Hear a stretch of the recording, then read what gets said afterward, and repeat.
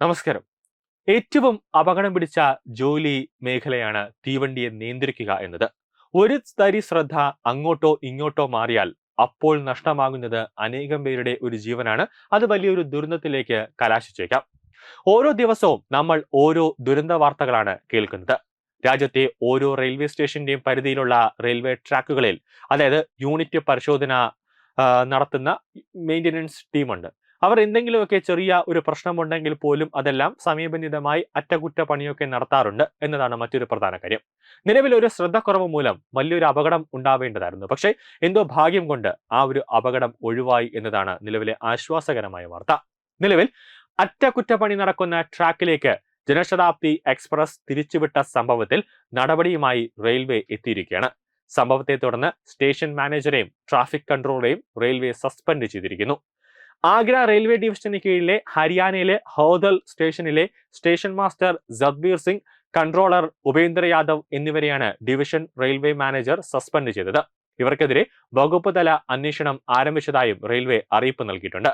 കോട്ടയിൽ നിന്ന് ഹസ്രത്ത് നിസാമുദ്ദീനിലേക്ക് പോകുന്ന ജനശതാബ്ദി എക്സ്പ്രസ് ആണ് അറ്റകുറ്റപ്പണി നടക്കുന്ന ലൂപ്പ് ലൈനിലേക്ക് തിരിച്ചുവിട്ടത്. ഇന്നലെയായിരുന്നു സംഭവം നടന്നത്.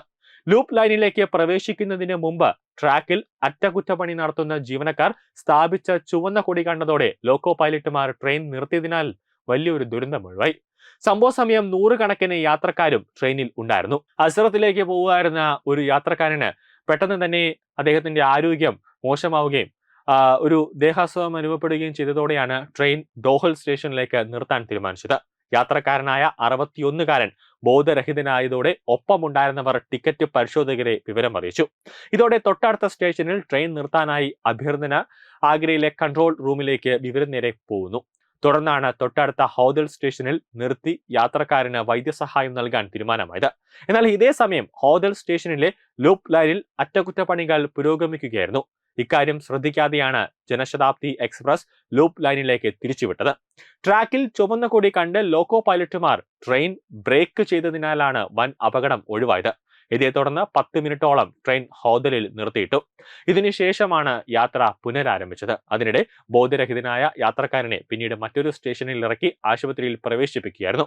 ലോക്കോ പൈലറ്റിന്റെ ഒരു ഇടപെടൽ ഒന്നുകൊണ്ട് മാത്രമാണ് ഒരു വലിയ ദുരന്തം ഒഴിവായത്. ന്യൂസ് ഡെസ്ക് തത്വമൈ TV.